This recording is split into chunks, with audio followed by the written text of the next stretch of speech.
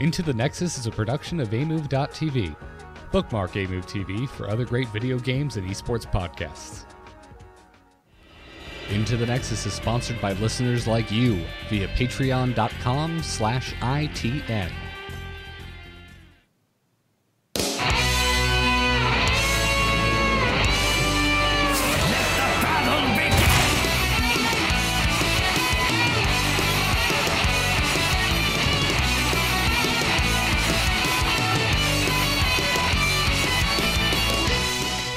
Greetings and welcome back, everybody, to Into the Nexus, the podcast all about Heroes of the Storm. I'm Garrett Weinzierl, he's Kyle Fergusson, and this is our 200th episode. No more than 199.5's to stall for scheduling. It's happening. We're actually going to tick it over to 200 this week. Welcome back, Kyle. Kyle's muted. It's good to be here. Yes, starting the 200th episode with the muted mic. Yes. Yeah. We did it. We did it. Badass. Full circle. Poetry. It wouldn't be it's not a celebratory podcast without at least one little tech business. But yeah, man, congrats, man. We made it. We made it to 200. Our StarCraft podcast didn't make it this far. No, we rocked it is what we did. Happy birthday, happy anniversary, Heck, we got a good show here. Let's get to it. We do. And if you're watching the video, you're just like, oh my God, these guys, they just like talked right over their guests. It's so mean of them. But it was all part of the audio drama for our audio audience. Joining us today are two guests from the Heroes of the Storm team. Jade Martin, one of the hero designers on the Heroes team, is joining us, and also Andrew Kinabrew, a senior 3D artist. So I think we're going to be... Hey, guys. Welcome. Thanks for joining us. We really appreciate it. Yeah, no worries. We expect to, talk about some heroes today, but I thought maybe given the events of the week, we could instead turn this into maybe a Gundam podcast or a Robotech. You choose. I think we're fans of all things robots. They're awesome. We're big fans of anime on the team. So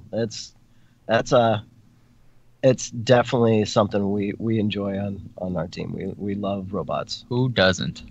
Who doesn't like robots? Right. I'm not sure I want to meet people who are anti-robot. I mean, they're the bad guys in most science fiction movies, right? The anti-robot people. But Tyrael and Rhaegar over there, they're amazing. Going up against Abathur. The Abathur. It's awesome. Abathur doesn't need teammates. He's got it. Yeah, he's got those locusts and that monstrosity. I saw Abba's skin before I actually saw the trailer, so I was just like, "Oh, that's a rad skin, really cool." And then I watched the trailer, I'm like, "Oh my God, he's the size of a building." Yeah. Size. Size not to scale, Not to scale. It's fantasy. It fluxes. That Alex Straza, I remember you guys having to go from like rideable to actually being on a screen and fitting. Absolutely. Oh yeah. We definitely we had our growing pains with Alex Straza, having to throw her into the Nexus, because you don't want her to be too powerful visually. You want to have Chromie be able to walk around her.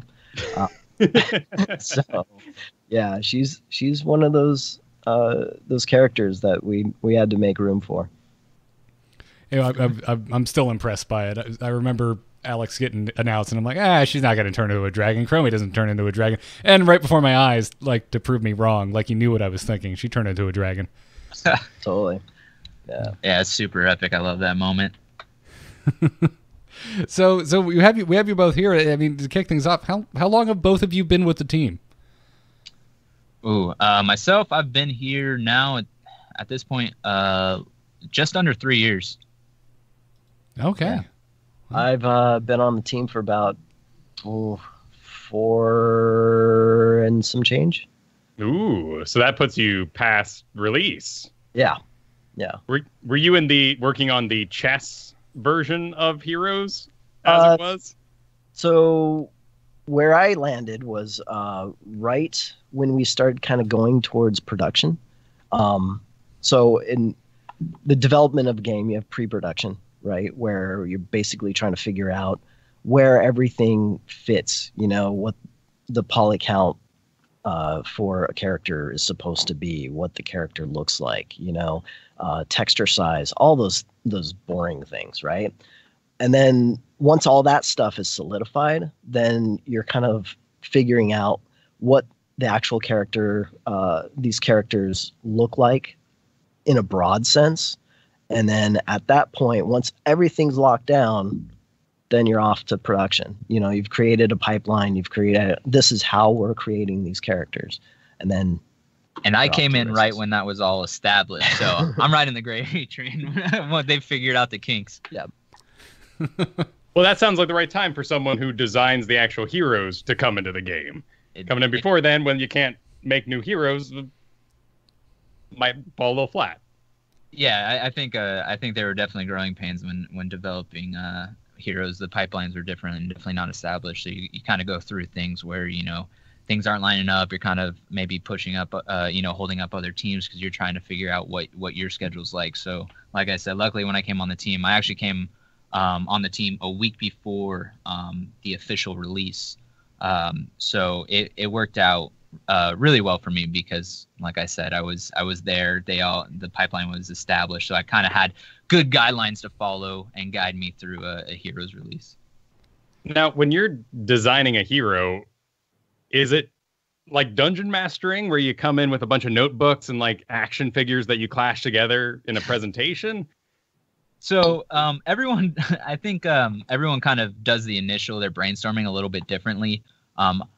I like to jot things down on a notebook. I think when an idea comes to mind, I like to just kind of scribble it down and write it. And then as the time comes to approach a new hero, when it's time for us to work on the paper design, I jot all of those ideas down and kind of try and formulate them into an actual kit.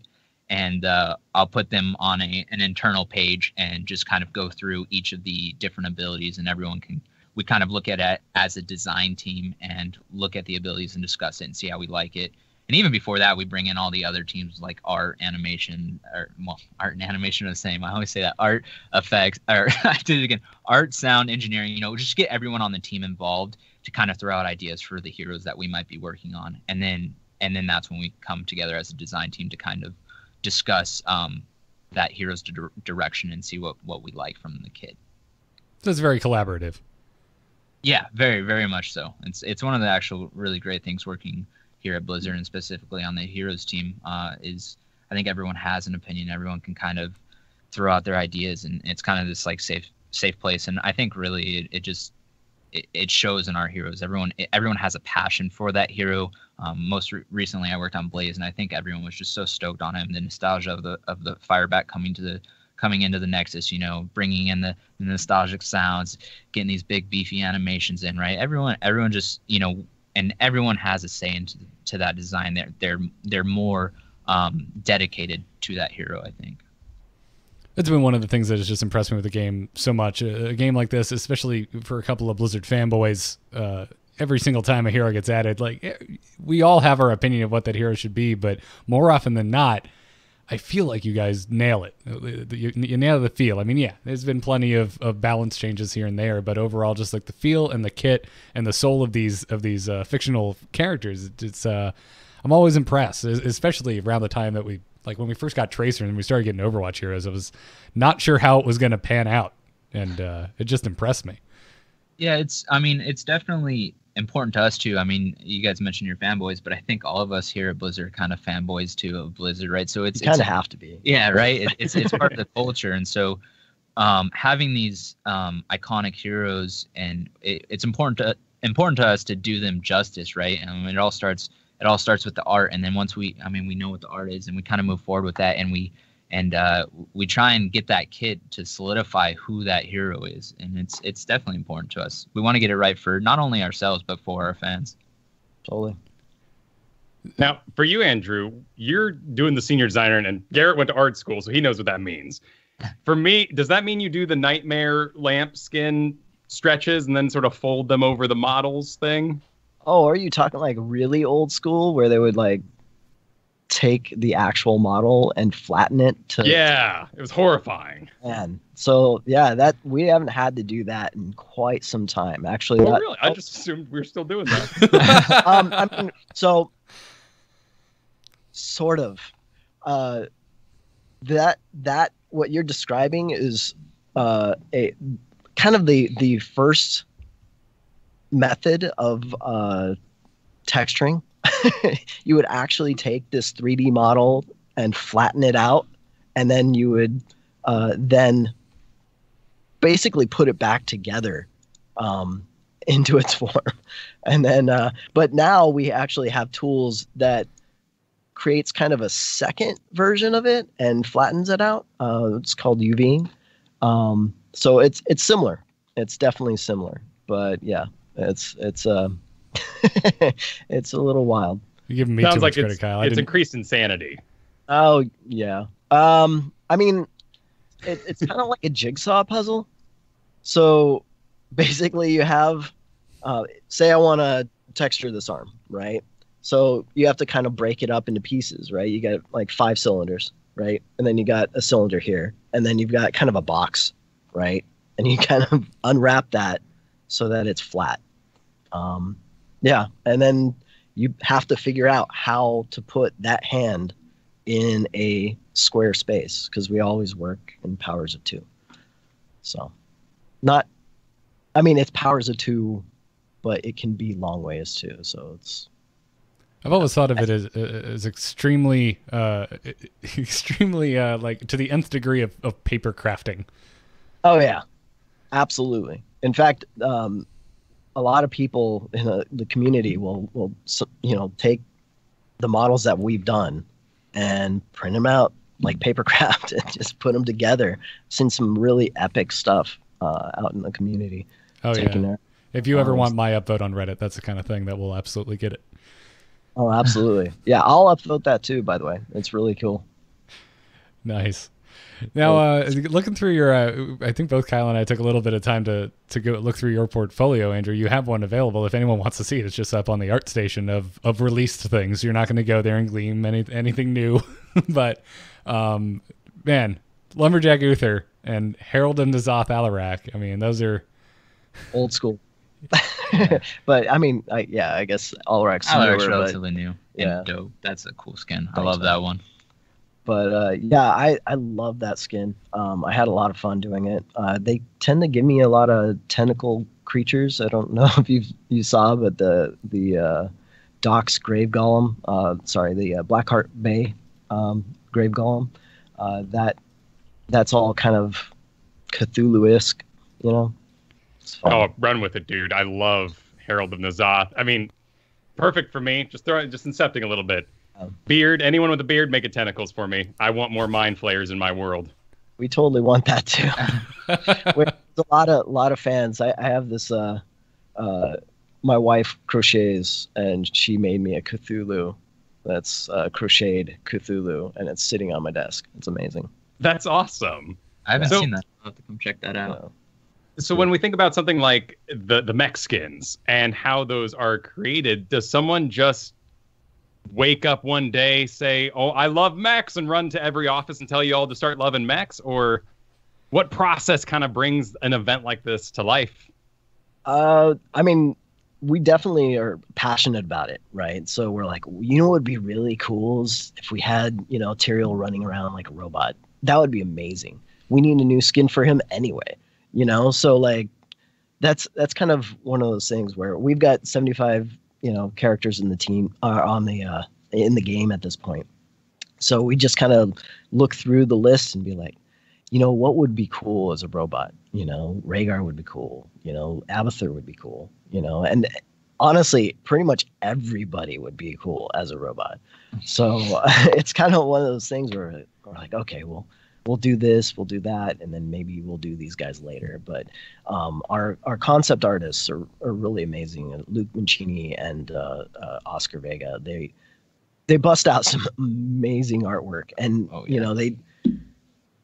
they create like 4 or 5 of these things, like variations on one character, and they just throw them out and say, hey, these are the things that I'm thinking about, and what the team gravitates towards, that's usually what we hit.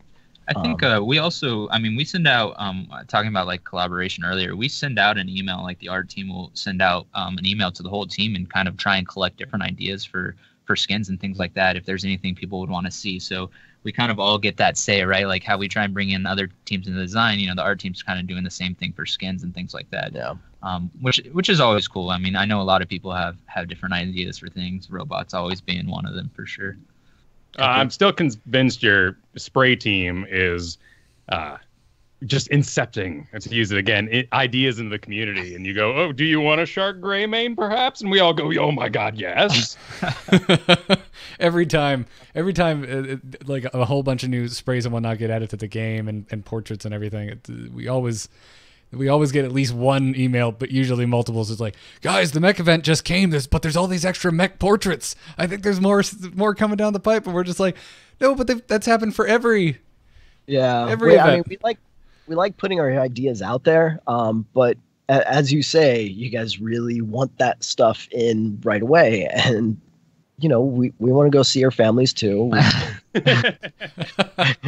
How dare you? It takes a certain amount of time to complete these assets, right? So it takes some time, and we want to continue to do those sprays, but I don't. We try to pull back a little bit because we're not gonna. Meko Asmodan isn't coming out, for any time soon, right? That's that kind of thing. So. We put it out there. We really love it. We really enjoy it. And it's a taste of things to come, but it's not necessarily something that we're currently working on. Well, and we're here on our 200th episode. We've been doing the show for 3.8 years. I looked it up on Google. And you guys have never stopped. And I got to wonder, like, since 2015, what makes like a StarCraft box team work and function when you just go on to the next thing? Do you guys party? Do you take a break? Like you release something, then how do you momenticize that moment? We all are definitely constantly on the go, right? It's we just released Blaze. We have another hero coming, and it's just like there's always something else to work on. I'm already working on my next hero, right? Like. But we do try and take time to recognize everyone who worked on the team. Actually, for example, today we kind of just did a little barbecue in the back, and for everyone who was on Team Blaze, and just kind of barbecued up some burgers, had some ice cream. We just kind of talked about going through the whole development cycle. Do you have a hot sauce?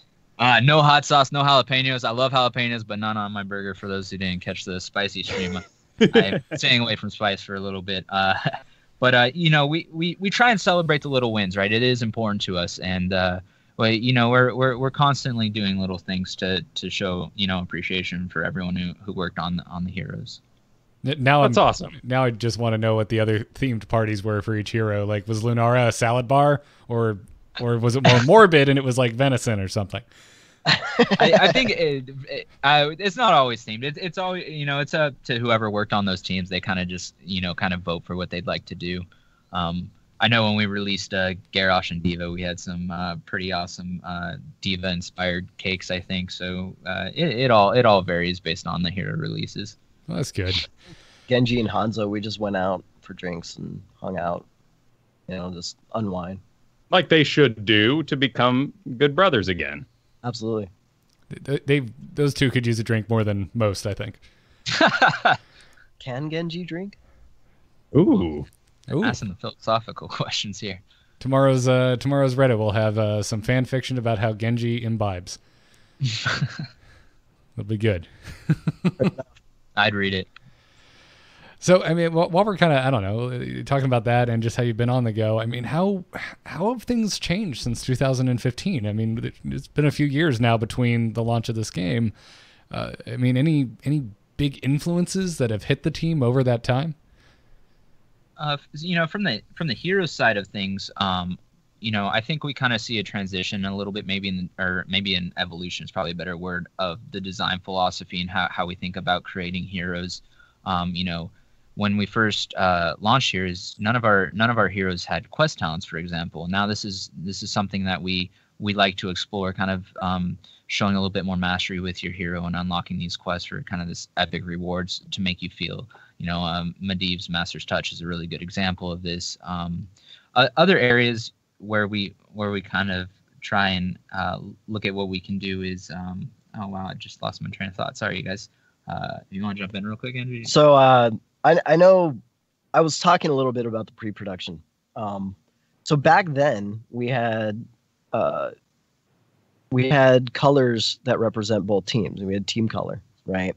And it was like a green and I don't know, orange or something like that. Like it was not as appealing to the art department as we would like it. We wanted to push further away from that and maybe implement team color in a more interesting fashion. So we tend to apply those team color effects to ability, abilities, ability models, that kind of thing, to kind of showcase like Blaze's goo, his oil. Yeah. It that's got an outline of blue or red depending on what team you're on, right? So that's kind of a progression in the lines of thinking, right? We jumped through a bunch of different methodologies before we even reached this point. Even with like the UI, it was kind of boxy when we first started, right? And then we implemented the hexagons, and that's kind of where we've been for a bit. So it's a matter of like, just kind of testing things out. At the very beginning, at the very start, it's very iterative. You had, like, for example, like Kerrigan was remodeled, several times to accommodate design, which, not only affects all just the artist, but when you change a model, sometimes you can't reuse the bones. You can't reuse the animations. So that creates a ripple effect, It goes to the animators and they have to reanimate things, and those early stages are very fluid. And then, you get into a more production level and things are a little bit more locked down. It takes X amount of time to create a hero on the art side, and design needs X amount of time to do the paper design and, hash that stuff out. And then, animation grabs it, takes it all the way through, effects, and then there's all the QA time, that's why you get these long stretches, once Jade or I are done with a character, it doesn't stop there. It goes off to an animator or someone else in sound, and we're off to something else. So that's the reality of the actual production pipeline, is you just end up being able to kind of pack things in nicely. And we have a great production staff. They map things out for us. keep it all running for us. Yeah. And thinking, I kind of recollected my train of thought. I was kind of talking about the talent system a little bit too. Is, if you look back on a lot of our older heroes who've actually since kind of been reworked a little bit, they had a lot of generic talents. And as you see new heroes come out, very rarely do they ever have a generic talent. There's always at least some sort of spin on maybe what an old generic talent did. So we're kind of seeing the evolution, right, of these talents. And we used to maybe try and force 4 talents on a tier and kind of made that a rule. That that's not so much a thing anymore. It's, if you can do 3 talents at a tier and they're all meaningful choices, you don't necessarily have to make 4 talents for that tier. Three is okay.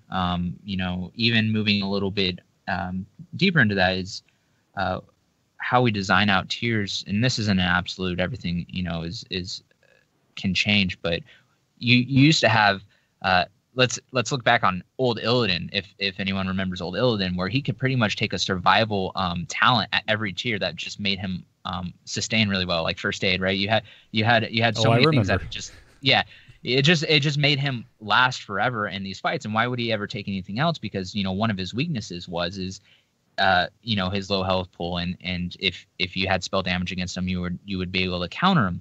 Well, all these talents at different tiers allowed you to kind of cover up those weaknesses, and so Illidan just was kind of a god. I played him a lot back in the day, right? Like that was who I liked to play because he just felt like he could do everything. And so his new talent tree is kind of, he still has survival options, but they're kind of up against each other at different tiers. So I think he has 2 survival tiers, if I'm remembering correct. And you have to choose which survival talents you want, and you don't get to pick all of them. You don't get all the good things, right? So when we design trees, talent trees, we're kind of trying to think about that and think of, if I, what's going to stop me from taking all the damage talents, right? So we try and design a tree where people aren't stacking a whole bunch of synergies together. Certainly have seen that along the way. I mean, bringing up quest talents and everything else, it's popping in my head. And Andrew, you brought up the interface, which has anytime there's an interface change, it's like all I want to talk about on the show, because I've been so impressed by the way the interface has changed over the course of this game. It's just gotten so much easier to read and so much more informative. Oh, it's amazing. You look back at those old screenshots from the UI and you're just like, man, that's what the game used to look like. And now you're just like, wow, this is a lot better, much easier to read. Totally agree. Yeah, just, it's us evolving. It's us growing, figuring out what doesn't work and, trying something else, see if that sticks, see if that works, So, I mean, I'm sure there's other UI. I'm kind of disconnected from their group, but I'm sure they've got some lovely stuff on their way. Yeah. Well, staying retrospective, but bringing it a little closer to current. We just wrapped up 2017. Out of all of the heroes that were released last year, it's okay if you don't have the same answer, but is there one hero that sticks out as kind of the greatest challenge from last year? I think BlizzCon heroes are always a challenge. We've gotten better at them from a production standpoint, but heroes like Ragnaros were we had a lot of learning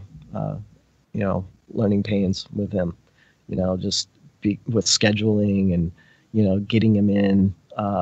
We've learned the lesson. Now we start BlizzCon heroes really early, so that we have plenty of time to totally redo the hero if we need to.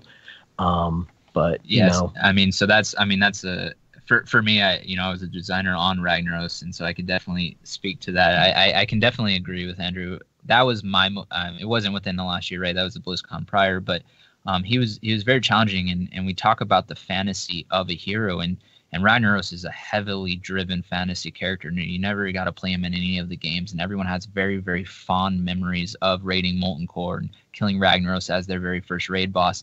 And so you can imagine everyone on the team was very passionate about this hero and what this hero should do and who he should be. And so it definitely was difficult for designing, and I think getting art. Art also has those challenges, right? How do you make these abilities look super epic and feel like a raid boss? And going into that Molten Core when he takes over a fort, that epic transition is really cool. You get this feeling that you are fighting the raid boss. And because he's so heavily fantasy driven, it's hard to design a kit around that sometimes, because everyone has a different idea of what that fantasy is. And we knew internally, if we were having that issue with early design concepts and things like that our fans would probably feel the same way, right? So it wasn't until we got it down to the, it was cutting it down to the wire with him. And we figured out for these BlizzCon heroes that it's really important, like Andrew said, to start designing them and prepare for them very early, because we tend to try and go a little bit more over the top with these BlizzCon. This is more epic moment. Alexstrasza had that too, right? I think we learned a lot of lessons from Ragnaros for Alexstrasza, and it kind of helped her out. And so she just transitioned into the games really, really well and feels super fluid. We kind of tested out some of these ideas. Yeah, I think Alexstrasza's, to answer your original question, Alexstrasza is my biggest challenge. Mainly because, I actually did a Reddit post a little while ago about memory footprint. And every character has a memory footprint, right? And it's mainly so that it only takes X amount of time to load and work on your computer. And it also needs to be able to be scalable from a lower system to a higher system. And there's a number there. There's like a cap for this memory footprint because every computer is bound by these restrictions.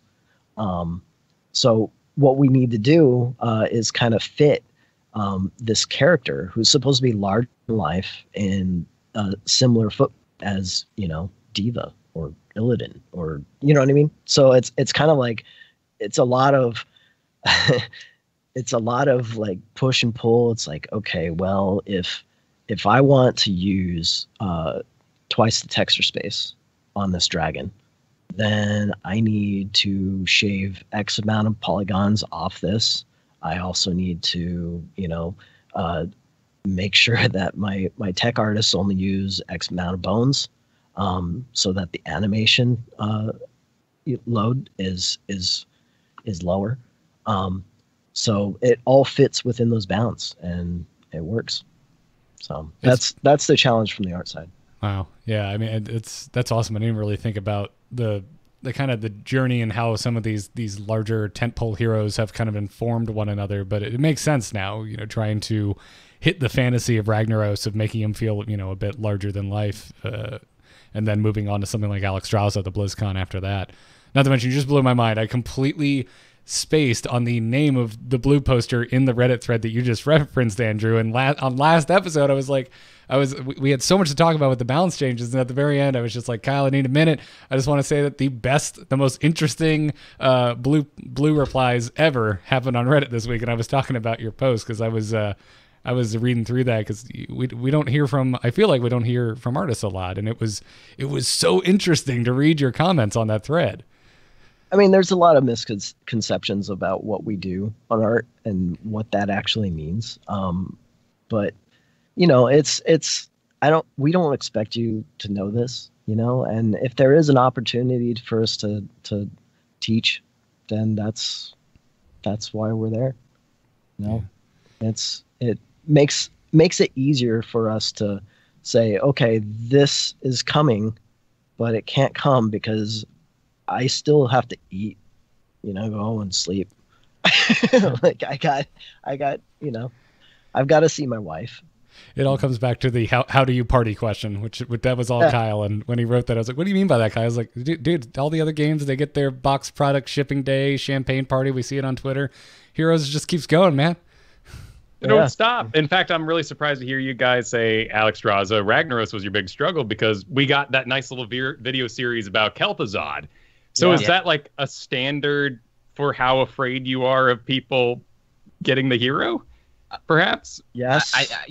It's not just like the big heroes like Ragnaros, even Blaze, Firebat, Garrett. I mean, Garrett's a big hero too, but I mean, it's every hero. We want everyone to be happy with that fantasy. So I think Kel'Thuzad put it into pretty good perspective. Totally. That's fantastic. Is there anything, like, particularly in this last year, that you were like, Ragnaros is going to engage with a blast wave and then slam them with a hammer, and that's how they'll do it? And they just were jumping all over the place. Everybody just completely ran in a different direction than you thought the character would play in the game. Oh, well, I mean, I did a talk for Ragnaros specifically, a deep dive when we, at the BlizzCon, we showed him, and I think we all went into it with him being this core replacement hero.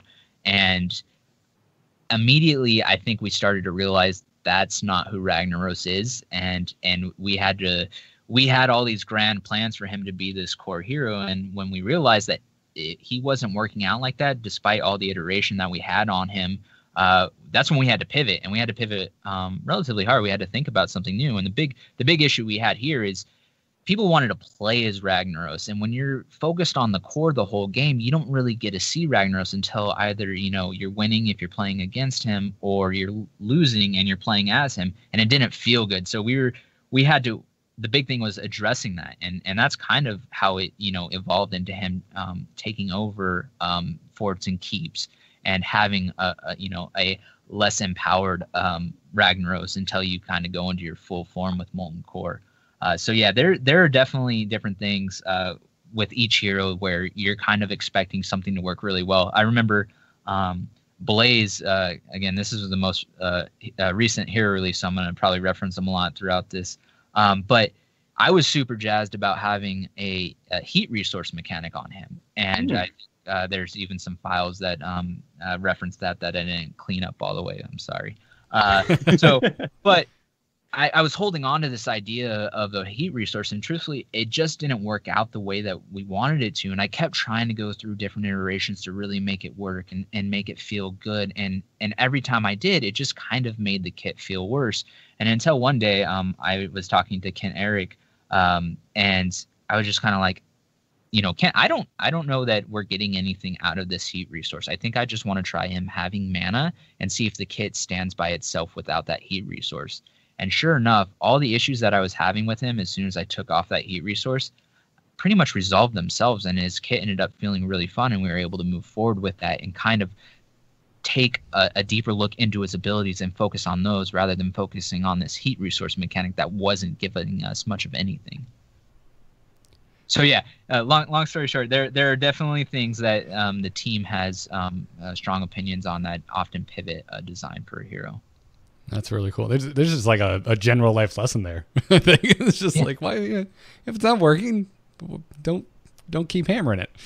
And we know that if a heat resource shows up in the future, that the baby was born and it made it into the game. Well, exactly. And we definitely learned a lot from trying to get, or I learned a lot from getting this heat resource. And I think that, the design team tend as well.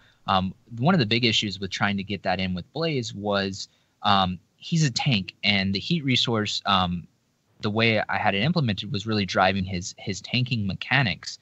And because of that, it required you to kind of build up heat, and when you built up heat, you became a lot tankier. Problem with that is when you want to tank and you want to be beefy, you need an on-demand button, and so having that gated by a heat resource just ended up feeling really bad. But I think this mechanic could actually work really well on a like a bruiser or maybe an assassin type, someone who doesn't necessarily need to rely on having this on demand damage reduction. Yeah, like a StarCraft 2 Hellion, and then you throw a rock and roll racing skin on it. Hey, sounds good. I mean, that's good. But yeah, I mean, I would definitely love to explore the heat resource mechanic for sure again. So yeah. Well, I mean, while we're talking about how things have changed, I mean, attack types and armor, those are two very big things that have influenced the game in the last year, and in some ways even going back further than that. Did it hit the mark for the team over the course of 2017? I think so. I think there's always something to iterate on, and we're still learning on where it feels good and doesn't. But I think it gives us variety in the gameplay space. Cassia, I think, is a really good example we can throw here. Is she gains physical armor from her trait and not all armor reduction, and it kind of gives her this space against auto attackers that makes her really efficient. But if I pick a Kael'thas against her, I'm going to feel really good because my living bombs and my flame strikes are going to be dealing a lot of damage. And I think we gain these little interactions out of those two systems that allow for more creative design space. So from my point of view, I definitely feel like it's been effective for us. Did you work on the most recent Tyrael update?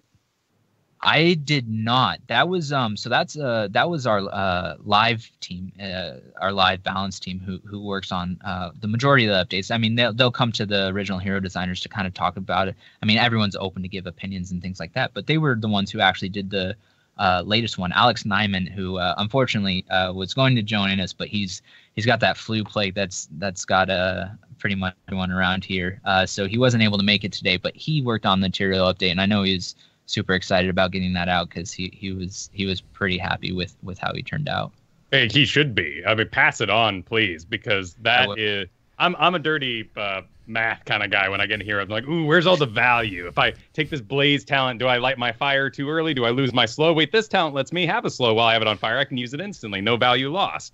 I mean, the Tyrael math is incredible. So much about it. I can teleport when I want and then get the double damage off my burn rather than sitting next to my sword burning and I'm on fire for that same double damage. Like, there's the choice, the freedom of Tyrael still exists, and it's something special. I think he did an incredible job. I know playing internally, I was excited for it as well. I think he did a really good job of making things actually stack up against Holy Ground, which definitely was a difficult task. But you have a lot of interesting choices through the talents and kind of give you different gameplays. You can play him differently kind of every game, and that's really cool. I think he did a good job in that aspect. I do have a serious question for you, Jade, though. Uh-oh. Do you hate right-click abilities? And are you coming for my Holy Shock? Because I love Holy Shock Uther, and I'm scared that I'm going to lose it to a skill shot. I am personally not coming after your Holy Shock Uther. I don't know that we have any plans to do that currently. As far as hating, point-and-click abilities, I wouldn't say I hate them. It's just if we can make something more interesting than a point and click, I think we're going to try and explore those options, right? We want it, point and click. There are ways to think about it that do make them skillful, but it's when you have a point and click stun, for example, like that's going to feel way worse than getting hit by a Stormbolt because there's nothing you can do to avoid that. So I think depending on the ability, I think it's an ability by ability basis, right? It's like point click CC, that's kind of scary. Zul does that, right? With his Bone Prison. There are characters that do it and it can be okay. But to kind of make that work with Zul, it has that really long delay. I remember when we were designing the Necro, he didn't have that super long delay before that Bone Prison came up. It was an instant one, and it was a long one. I think initially Nathan Lamuget was the one who designed him. It was like a 4-second Bone Prison, and it felt. Lord. Yeah, it was crazy, and it was point and click, right? And it just got you, and it was like, but we really like this idea of this super long route, but and the point and click seemed to work with the fantasy and his kit. But it was really strong, so we have to look at different ways to introduce a mechanic behind it to kind of reduce the effectiveness, or maybe give counterplay would be a better way of phrasing that. So hence the delay before the Bone Prison actually takes off. And that allows for exactly the counterplay, the cool moves, making a shot more impressive. I mean, I love the design choice you guys made in it. Yes. Do you have at this point, after designing so many heroes, almost a Magic the Gathering kind of Hearthstone-y, like, oh, this does 300 damage. If I make it a skill shot, it can do 400 damage. So when designing, we definitely take those into consideration, right? Like I never know the numbers. It's always for me, as a hero designer, I want my heroes to kind of do all of the damage because then they're always going to get. But that quickly changes as soon as our live team gets a hold of them because they're going to nerf them to appropriate levels.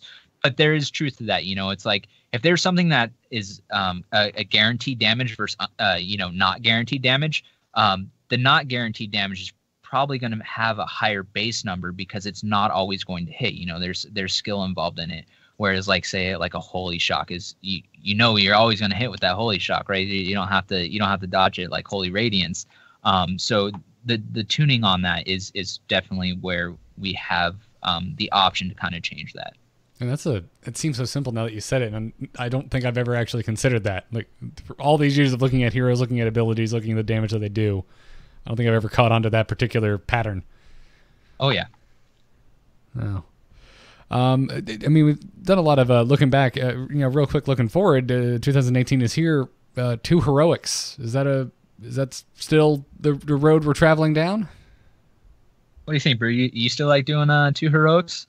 I like it. Yeah. I totally agree. I think it separates us from other games in the genre. Having 2 heroics is something that, from a design standpoint, can be very challenging, right? Because rather than just having a choice of 1, now it's 2, and then you want to make them competitive against each other, right? You don't want everyone just gravitating Gul'dan, for example, Random Destruction versus Horrify. You have those big gaps between pick rates. So it's a sieging talent. It is not a team fight talent. Here's the thing. I love Reign of Destruction. I absolutely do, and I would love to see it picked more. But I totally get why people pick Horrify. But no, this is a campaign we can run though. Hyperion, push with it. Yeah, exactly. I mean, I love Reign of Destruction on Infernal Shrines when you have a Punisher and you're pushing and you just get a siege as Gul'dan, and you kind of create this danger zone where it's like I could try and attack the Punisher, but I don't know, I might take damage from this Reign of Destruction and can kind of feel bad. But like I said, I think 2 heroics is part of our identity, and I don't see that changing. I think not to say that we couldn't do a hero with 1 heroic. I don't think that's a problem at all. I mean, you look at Tracer, who kind of only has 1 heroic, but she actually gets that at level 1 and then basically has an additional talent tier to modify that heroic at level 1. So I really think it depends on the hero. If it fits for the hero to have 1 heroic, sure, but we're not going to make a hard rule that we're only going to do 1 heroic. Yeah, that was a big surprise for me personally. It's because Tracer came out first, and I thought that was setting the stage for future Overwatch heroes, and then every other Overwatch hero has come out with an option for heroics, and it completely subverted my expectations. Yeah, I think when bringing Tracer, we really wanted to kind of closely, because she actually came out a little bit before Overwatch was officially released, so we really wanted to kind of match that identity and didn't want to like change anything. But once Overwatch came out and we started doing more heroes, I think Zarya was the next one, if I'm not mistaken. We were like, does she have to function the way? I mean, does it make sense for Zarya to do it? And in her case, it really didn't. And we were like, let's just try and explore giving her a second heroic, because that's kind of cool. Like, no one would expect that on an Overwatch hero. They kind of have this preconceived notion that since Tracer had got heroic at level 1 and didn't, a second heroic choice, that maybe, like you said, all the other Overwatch heroes would. And so it was like, no, let's try and explore a second heroic for Zarya. Let's see if we can do it. And sure enough, we did it. And Expulsion Zone, and I think it gets picked up a lot, and it's fun to see that. And it's a little bit different, gives you a different way to think about those heroes. Yeah, I like it. It seems like more often than not the answer there's not rules just set in place. There's nothing arbitrary. I feel like with most Blizzard games, and including Heroes, that the decisions that are made are just what, like you keep saying, what feels right. And yeah, and it's like it's fun to break the rules. I mean, looking at Leoric, for example, right? He breaks death timer rules. He doesn't go back to the altar. He comes back faster than other heroes. So if we were to lock ourselves into saying all heroes respawn at the altar, well, that kind of sucks, because then we can explore cool options like Murky, like Leoric. It gives us all these really cool knobs that we can eventually explore. And some are good for the games, some aren't, and we haven't seen them in the game because they ended up not working. So we're definitely trying to. It's not fun to just shut things off and say we'll never do this. There's always something we can explore and kind of test with. And sometimes, when we're developing a character, an ability will be not work on one character, but we'll hold that and put it on a different character. I think Probius and Alexstrasza was a good example of that, right? Because her second heroic, where she bombs you, that was a Probius ult at one point. Oh, I didn't know that. That's fascinating. It used to be. Wait, Probius flew into the air and shot fireballs down? So the idea. Actually, go ahead. You can tell. He would jump into a mothership and basically. Yeah. So there was no healing, right? It was the mothership. You have some high tech laser beams and things like that, but for a variety of reasons, it didn't really fit into what we were trying to accomplish with Probius. Right. But we knew we loved the idea. We really did. It was a really cool ability, and we wanted to explore it further. I think that was Matt Villers who actually worked on Probius and Alexstrasza. So he actually got it on to one of his heroes, which definitely feels good. So he definitely got to see the ability in fruition on Alexstrasza. Yep. That's awesome. I did not know that. What a cool story. And again, back to that, back to the heat management. Maybe we'll see that again someday. Yeah, absolutely. Like I said, we learn so much from our failed ideas, and just because they failed at the time doesn't mean that they can't be a success later. Right. It might have been the wrong time, not necessarily the wrong idea. Yeah, totally. Well, that's great. Well, and as we're winding down, Andrew, I had one more like art related question. I just had to ask. You know, we've talked a little bit about how Heroes has evolved visually over time, but I mean, it has just changed so much. I mean, from the logo itself, which has changed, to hero reskins, to the sweeping interface designs that we already mentioned. I mean, how is it decided when to focus on these types of visual updates versus when is it, you know, oh, okay, maybe we should shelve this particular issue for later? It's mostly moments. So I think the logo redesign was around the Heroes 2.0. You know, it was a moment that we wanted to say, hey, this is, you know, it's got a new coat of paint on it. Check it out. You know, something that we really seeing. You know, all our trailers. You know, the mecha skins, the Kel'Thuzad. You know, all the trailer, the hero release trailers. They're there for these moments that basically say, hey, check these out. These are, you know, we have cool art. We have cool characters, you know, and these characters are fun, interactive characters. So mainly, yeah, we kind of decide those things with big moments, right? And a lot of the smaller moments are not sung as well as, say, the Heroes 2.0 moment. They're smaller, like the skin releases, you know. We're like, okay, we're gonna update, you know, some effects for, say, Tyrael's new kit, you know, his update, or, you know, Moonfire build from Malfurion. There's some effects work that went into that. It's mainly to support the game, whatever we can do to make sure that it looks the best that it can. That's awesome. It's been so cool to watch the evolution of it.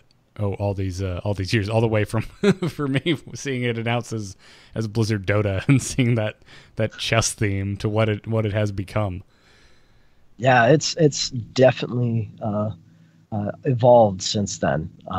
Where our camera's a little bit further out now.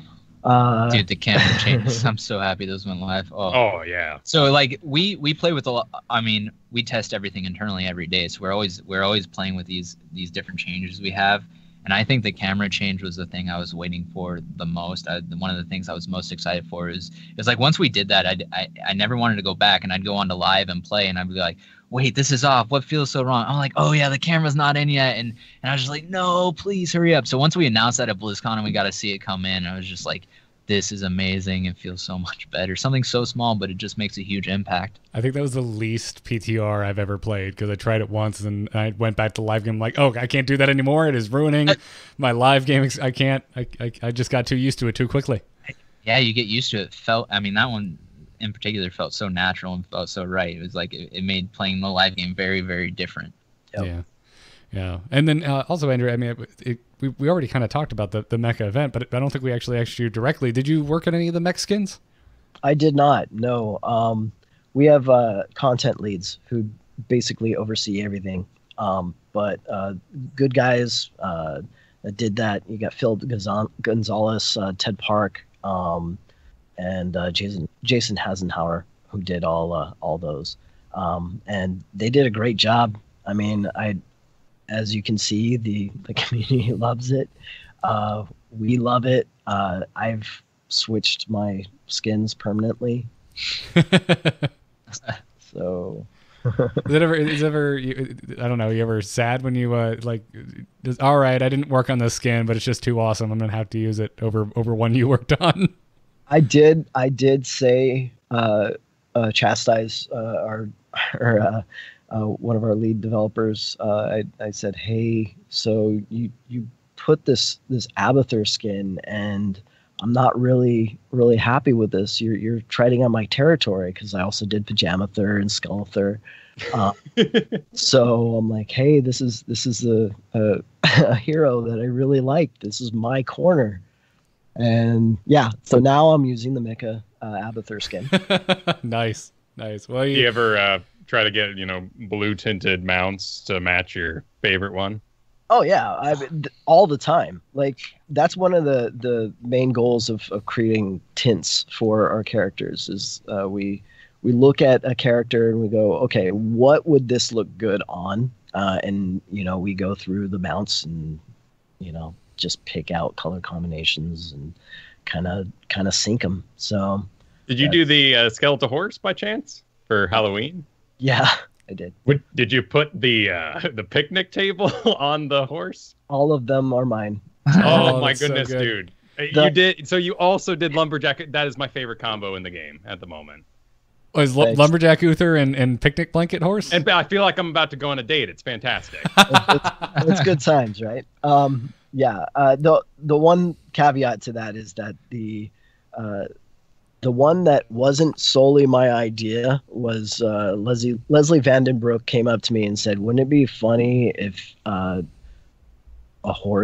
this horse had a horse painted on it, like he was going at the horse? That'd be great." I was like, that would be great. But that's like an MS Paint drawing. Like, do you have to hold back your skills? Is that difficult? A little bit. I went as fast as I possibly could. Oh, that's great. But, next time, just come ask me to do it. I'm sure I could add. I will keep that in mind. My follow-up question was, do you just draw it with your non-dominant hand if you want it to look kind of scruffy around the edges? I could have done that. I didn't think. See, look, artists aren't that smart. We don't think things through as much as we maybe could. Oh, that's so. That's why we have tech artists and a bunch of other people who are much smarter than us to back us up. Awesome. Well, gentlemen, Jade and Andrew, both of you, thank you so much for your time today. We won't keep you any longer. We've hit all the questions we came to ask. But seriously, thank you for coming on and making our 200th episode special. Definitely. Thanks for having us. It was fun, guys. Yeah. Thank you. It was really cool. Yeah. Well, absolutely. I'm gonna go. I'm gonna stick with Pajama Thur. I'm gonna rep your work, Andrew. You know what? And I'm going to Rain of Destruction those buildings as hard as I can. Please. I hope to see it. Kyle, in our after show game tonight, you're taking Gul'dan and we're going to Rain of Destruct our opponent's wall. It's going to be great. So true. It's going to happen. Perfect. Works really well with Sylvanas too. Shut down the structures. Just really help them out there. Get no reprieve. No reprieve. Get a good front line, like a good like Diablo or Leoric. Pair them with Gul'dan. Have them protect Gul'dan, and then just Rain of Destruction all over. Siege it. Yep, we will make it happen. And a variant with a banner, Dalaran banner to increase ability power. Here's the thing, I love that ability, so I'm always thinking of synergies to really make it shine. So anytime you need to increase that damage, Dalaran banner with variant. Your playtesting games sound brutal in the office. They can be. Sometimes more for my team losing than me actually helping win, but that's all right. We test that we're testing. We're not playing to win in the morning. So. Oh, it's fantastic, Kyle. I'll be your Dalaran banner wielder. I got your front line. Yeah. Yes. There we go. I want to report back. I want to know if you guys win that game. I'm very interested now. Keep an eye on our Twitter. I have a really high win rate with Rain of Destruction. I'll have you know. Nice. I just have a really high win rate in general. Oh yeah, but you design the heroes. Oh yeah, natural. Right. Well, yeah. Now the truth is coming out. Next week I'm gonna be on Reddit. There's gonna be like blue reply, and I'm gonna go and it's just gonna be Andrew posting his Rain of Destruction win rate. You know what? Maybe I'll do that. We'll see. Do it. Gul'dan games. Fantastic. Well, thanks again, gentlemen. Thank you, guys. Thank you. Thank you. See you guys. Have a good one. You too. Oh, that was awesome. That was awesome. Those guys are rock stars. And it's so awesome that Blizzard was willing to reveal their creators a little bit. It can be hard to find out who did what. Like so many times I want to be like, hey, who made this Li Ming orb? It's beautiful. Can someone please tell somebody that I think this is beautiful? And throughout Heroes, we have seen a continuing openness of Blizzard. We've had devs on multiple times throughout our 200 episodes. It's just an absolute treat. They're amazing. I want to have an episode where we have them come on and we just have basically that last 3 minutes. I just want that for like a whole, where they just sit there. I just want to talk to them playing the game, right? not what they're working on, not what they have worked on. Just what bad beat did they have on ladder this week? Like, who are they playing? What are they maining? What's their favorite builds? Like that'd be so much fun. But gotta thank them again for that, and thanks again to the Heroes community team. So many of them were a part of this, and even our good friend Bethany, who was also fighting through the office crud as well. So thank you to the whole Heroes community team for helping make this happen. So, yeah, man. I mean, it's a podcast where we have other people to thank, like those who have been supporting us on Patreon. That's a couple of people to thank, surely. Yeah, just a few. Over 400 people over on patreon.com/ITN supporting the podcast with like dollars and stuff. So thank you very much, you 400 plus bosses, you. And this episode, thank you to Crazy Mouse, thank you to Nicholas S, thank you to Jason, no last name given, Dr. Jalapeno, that has got to be one of my favorite names so far, and James H. Thank you for supporting the show. So, yeah, Kyle. I mean, there's only one last thing left to do, right? I mean, it's a big round number. The thing you do on all big round number podcasts is you get mushy. You tell your co-hosts how much you like them. You talk about how far the show has come. But I don't know. Something's missing, right, man? Like I feel like we need a bumper or something to usher in this this talk we're about to have. Yeah, what could we play as 8-year-old podcasters that would really kind of put a cap on everything up to this point? Yeah, I don't know, man. When I think about Into the Nexus, I think about podcasting with you. And when I think about podcasting with you, and I think about coming like a really far way, I mean, there's only one thing I had to go into the closet to go find. So let's just take a quick stroll down memory lane.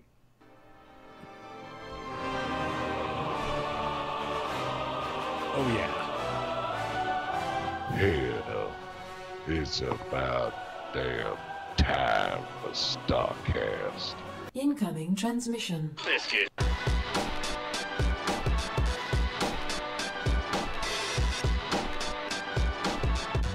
Oh, it's been a long time since I heard that music, Kyle. Oh, that thing is ancient. Yeah. Normally, after you would hear that music, you would hear "Welcome back to StarCast, the StarCraft podcast," with me, Garrett Weinzierl, and him, Kyle Fergusson.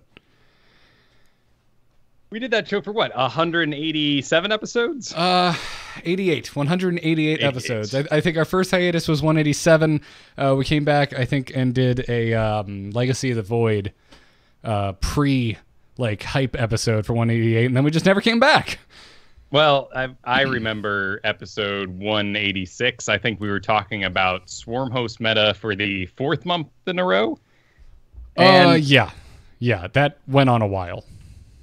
And that was throughout 2015, in the spring. And then a little game started to come out, and I had been playing Dota since I was 14. It had Blizzard characters, which means I didn't have to teach people Anti-Mage was Illidan and Obsidian Statue was right from the World of Warcraft models. It had the exact heroes in it and no last hitting. Wow.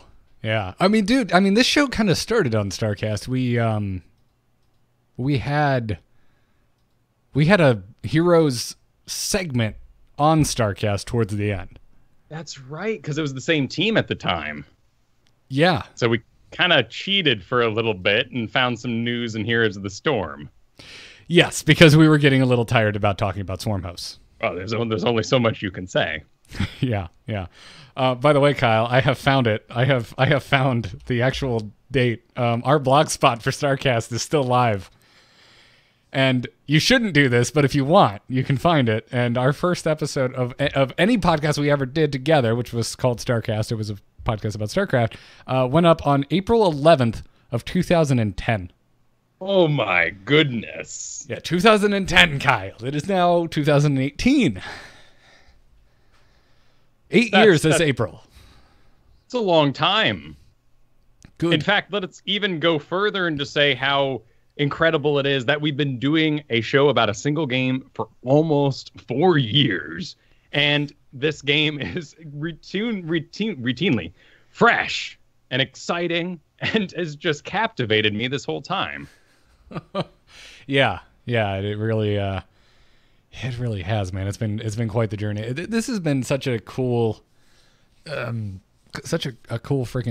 experience, man. Like, I don't even know how to really quantify it, because like, I mean, Angry Chicken like took off like a bat out of hell, and I did not see that coming, and that really like rocketed future projects along with it. But this show and its direct tie-in to StarCast, which for me was my first podcast, and your second one by I think 2 weeks, 3 weeks. How many episodes of Biggest Fan had you had out before you started I StarCast? think two. Yeah, generic post-college Chicago-based comedy podcast. I think you can still find it somewhere. Yeah, man. Like, I was in a lot of garage bands growing up. Like, you know, I play guitar. You found your buddy who played bass. You found your other buddy that played drums. And if you couldn't find someone that played bass, you just got that other guy that wanted to play guitar, but you already had a guitarist, so he played bass anyway. And did that for years, and this show to me is like if one of those bands from high school just never went away. It's like getting to do something every week with your best friend, and you haven't let your ego get in the way. You haven't like a new job or a move or a new significant other hasn't just taken you away from this thing. And it's just cool. I don't have anything else like this. I have friends I've had for a very long time, but no project I've ever tried to start with a friend has lasted except for this. It's something special. I mean, it's certainly a passion on both our parts for games like this, for the Blizzard universe. But also, I mean, again, we have to thank the patrons, because you guys make us show up every week with this show ready to go and crafted. I mean, one thing I always wanted to do with the show is make it useful. I want people to be able to listen to the show, get home, and start playing immediately. So there's so much changing. It's constantly in flux. Plus, you have a meta and esports informing that, which is something we really hadn't dealt with until Here's the Storm. It has been such an interesting puzzle to watch all these informing metas intertwine together. StarCraft, you'd watch the pros, and then you go, I'm not doing that. That was impossible. I don't even know how their fingers accomplished that. Why don't we just go medevac some bases? Just drop our Marines in there and see what happens. Why do you think I mained freaking Terran for so long? It was like, Bio Ball! If you can drag your Marauders to the front line when a Baneling wave comes in, you can play Terran. It's good. That's as good as your micro had to really be. For Gold League. Gold League. Yeah, I mean, it's rad, man. It is, it's really rad between this, between TAC, between the community that is very much a part of both of those shows and everything else. It's been awesome. It's been really cool. I'm glad that we got to delay a week, even by slapping a 0.5 on a number, so we could get the devs on. We cheated a little bit. We did, dude. I mean, it's the holidays. Like Andrew has said, like they have families as well, you know, and getting back into the office and everything, trying to schedule something like that. I really am thankful that they made it work. That we got to have devs on the show this close to a big break over at Blizzard Entertainment. And of all the things, like, there's so much that's been magical about this. All the BlizzCons, getting to meet so many people, all the students I've had through Heroes coaching, hearing from so many of you how you've climbed and improved by listening to the show. But again, they broke down their walls with Heroes of the Storm. It's really an unparalleled amount of feedback and interaction. And I gotta thank that team for it. It's been unreal. And it's very touching to receive a loot box in the mail that you open, an actual fit with T-shirts and Oh, a mugs. loot box? Yeah, that loot box. A physical loot box? The physical loot box. Like this thing right here? Yeah, right, that thing. The thing that's not working for our audio audience at all, and I apologize, but I have a physical loot chest right here, and I love it. I mean, I got so many toys. My desk is surrounded in toys and media passes and like, what the heck? I'm a dude who loves a game. And the fact that this could even become something of this size is just, it's a dream come true for me. It's certainly a dream come true for my parents who watched me play Dota when I was 14 all weekend and told me to go outside. I won. And I'm staying inside. Yeah. Yeah, I'm in the same boat, man. It was so cool, and God, you're bringing up parents. Like I remember when we friggin' started Starcast and we were doing it, and like I remember calling mom and dad and being like, "We got 100 downloads," and they were so proud of me, and mom, like every time from there on out, every time I would talk to my mom, she's like, "Yeah, this is what you're gonna do with your life. This is gonna be your break. You're gonna build this into something." And I was like, "Mom, I'm doing it for fun. This is a hobby. It's like toy soldiers. Like no one's gonna pay me to do this." And well, we found a way, and it does work. And you're right. It sounds, I don't know, it sounds juvenile and stupid, but like I'm so stoked that it's something I can show my parents and that they can kind of at least a little bit understand now, because it's become part of my life. And it's like a professional thing I do. What do you do, Garrett? Well, I podcast. What's a podcast? Well, let me regale you a tale. But that gets to be my answer now for what I do. I use internet radio show and just radio if things seem a little weird on the recipient end. Oh, yeah. I mean, I definitely have my radar of like how interested is in this person, or how interested in my answer is this person. And if the answer is, not very, yeah, I have my... Oh, I do internet radio, or I just say I do graphic design and walk along. But yeah, for the times that I think they have more than a minute, I'm glad that I can give that answer. So it's been rad. Here's to 200 plus more. I think so. I mean, they have come to us multiple times and say like, guys, we might need to slow down. And then they go releasing Mecha Storm the week after Blaze, and you just go, you guys, you can't stop. And there will be 200 more if they keep this up. Yeah. There's no reason why there couldn't be. There is so much content in this video game. Like, tell your friends, holy heck, people are camping out in weird games wanting them to be updated. Come on over if you want an updated game. Yeah, that's what I'm. And now, God, think about like Starcast and Swarm Host meta like for a month, and it's just like I'm kind of looking forward to the day where we have a month of nothing to really talk about in Heroes, because then there's, like they said, there's 70 plus heroes in the game. We can just come here and talk about what heroes we're playing that week and have a calm conversation like two kids who were excited about the game they're playing. But that is not this day, Kyle. Life has drama, and the best stories are an epic tale of back and forths. Yeah, exactly. So, God, you're right. That's funny. I hadn't even thought about that. You're right. They have posted in Reddit and in dev comments and stuff multiple times saying, yeah, expect a longer breadth of time between heroes and updates. And if anything, it has sped up. Well, then they revealed to us in this interview that Kel'Thuzad was just like another hero. Like the whole event, this mind-blowing thing around a character we've all been waiting for, was not the one that stressed them. It was maybe even the easier one. Yeah, it's those BlizzCon heroes. I never really thought about it like that. I mean, for me, that was an interesting piece of information. I didn't know that they had like, this is the BlizzCon hero. I always thought it was whoever's ready. But I guess it makes sense, right? If we're getting those cinematics with it, that kind of needs to be prepared ahead of time. Yeah. I had a lot of really dumb assumptions squashed this evening. That's important. Yeah, I'm not complaining. I learned some great stuff. So this was a lot of fun.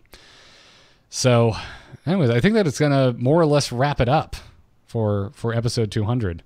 I mean, there's a little bit of news. I mean, we talked about Tyrael a bit. You seem ecstatic about the Tyrael update. I am. There were so many fears I had with the Tyrael update of them taking away his fluidity, his creativity, and it's still all there. And every talent that could possibly ruin it has an "and if" statement on it.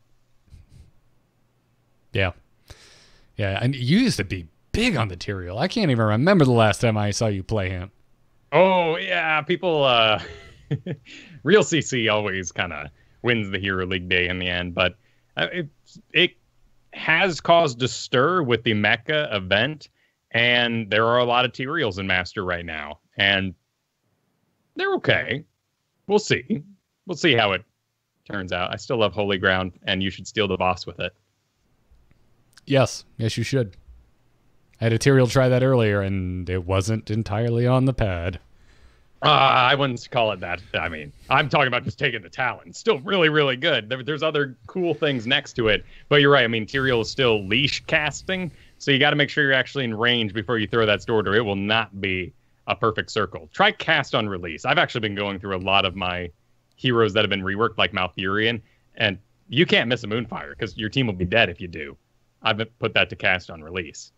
Oh, that's interesting. Yeah. I'm sorry, I just got to read this. Jam Tibble says, I'm imagining Kyle and Garrett playing a game after episode 299. Kyle divine shields Garrett Sonya as she leaps away, and it causes a fight which ends the podcast before episode 300. The podcast, not Garrett's fault, but if missing divine shields made me quit, I'd be gone a long time ago. Yeah, but you never know, man. That could be the divine shield that breaks you. It breaks the Uther's back. I mean, now you're just taking me down the memory lane of everything. All the changes. Like, I've been a World of Warcraft priest since BC. And I've camped out on that. That's my tune. And the same thing happened with Dota. I did not care what my MMR was. I didn't care if it was comp dependent or if we needed support or not. Even I played support Venomancer, so we always had support. But either way, like, I just picked what I darn wanted. Like, the amount of times that this game has challenged me and moved me from Raynor to Uther to Diablo, then off the Diablo onto Nazebo and Tychus and back to Nazebo. And such an adventure. Yeah, I'm going through that right now. I'm fine. Ragnaros feels new to me. We were talking about Ragnaros as like an old throwback tonight, but to me it feels new. I had never really got on the Ragnaros train, and I've been playing him like crazy this week. 2 times this week, Kyle. 2 times. The team went, we don't have enough damage. And I told them to hold my flaming beer. We had enough damage. It was a beautiful thing. I topped the damage in those games. It was nice. Congratulations. Yeah, it was good. It was good. Are you seeing Hanzos in every game? Yes, I think Hanzo is broken. I think he is a busted-ass hero right now. He's pretty intense. Yeah, I don't like the Hanzo. There's lots of Shimada brothers dancing all over your business. There are. And I saw one jump a core. That range is intense. I'm trying to figure out my opinion on Hanzo. Like, if I'm having a knee-jerk reaction, if like, well, Genji's fine because he has to put himself in harm's way, and you can still catch him if you drafted right. Whereas Hanzo just feels like he's never in harm's way. What I'm interested to see is come this weekend, because it's HGC. We didn't even talk about that. HGC fires up this weekend. Yeah, I'm excited to see if the Sylvanas, Hanzo, these sort of glass cannon characters are countered, and by what? Is something diving them, or is something bringing them to you? Are we countering these sort of squish with like a Kel'Thuzad, just saying nope, chain, and then blowing them up? Or is somebody getting a hold of them, locking them down for how long? I mean, this is a really unique problem. I don't think we've ever had such a variety of high mobile heroes. We've had high mobiles, but our ban priorities are also on things like Sylvanas too right now, and maybe like Dahaka and Cassia. We're hearing some weird rumors about what's going to be prioritized in these matches. Yeah. I'm drinking the Hanzo Kool-Aid. I think we're going to see some Hanzo. I hope we see some Hanzo because I want to see how he's countered. That's how we learn sometimes, right? I just hope it's something that can be replicated at home and not with 4 other people on microphones. Yeah, and we don't even know too, like, what's the rotation? What's a solo lane? I mean, I got in a rather lengthy conversation with several people this week about what a solo lane is. And we were talking about whether it needs lane clear or if you can be a lane bully and simply win through that. And these sort of decisions this weekend will influence our meta heavily about what we take to go clear that up. Do you want to stay up there and win it with Alarak, or do you want to bomb it real quick with Jaina and get back to the fight? We don't know right now. Merc camps seem like they might be useless at the moment. Maybe. Come this weekend, they're amazing. That's the exciting part. And you'll just have to tune in next week to find out. Yeah, absolutely. We will, I'm sure, have opinions about what we saw on display. So I'm looking forward to it, man. Episode 201, or as someone recommended in the Twitch chat, and it made me laugh and I had to mute myself, just go straight to 202.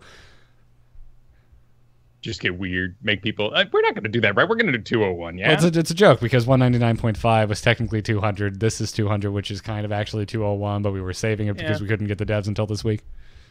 I think we can deal for pretty numbers.